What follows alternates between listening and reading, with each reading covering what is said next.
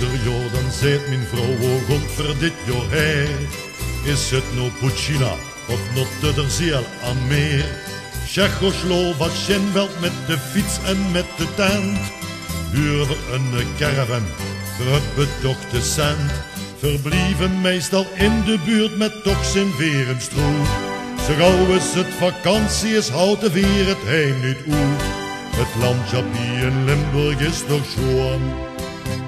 Met dit jargon verwier wetste wat verdoen. Ik weet de schoon uit elke aan de zee. Wo we samen hergen met z'n twee. Wo we zonnebaden aan het strand. En door het stadje wandelen hand in hand. En wo we s'avonds in de monneschien. Boete zitten met een glaasje wien. Allebei schoon groen verbrand, al kost het mich de laatste cent. Verkomt dit jaar niet met de tent.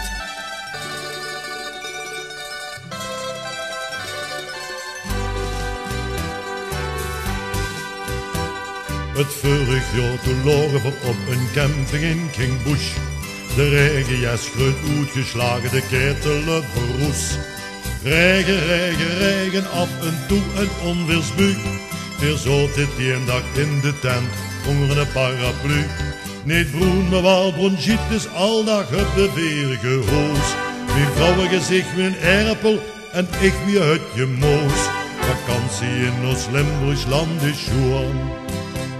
Met dit jargon verwier wetste wat weer doen.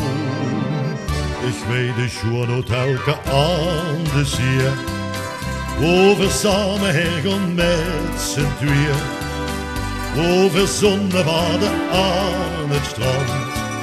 En door het stadje wandelen hand in hand. En wo we s'avonds in de monneschien.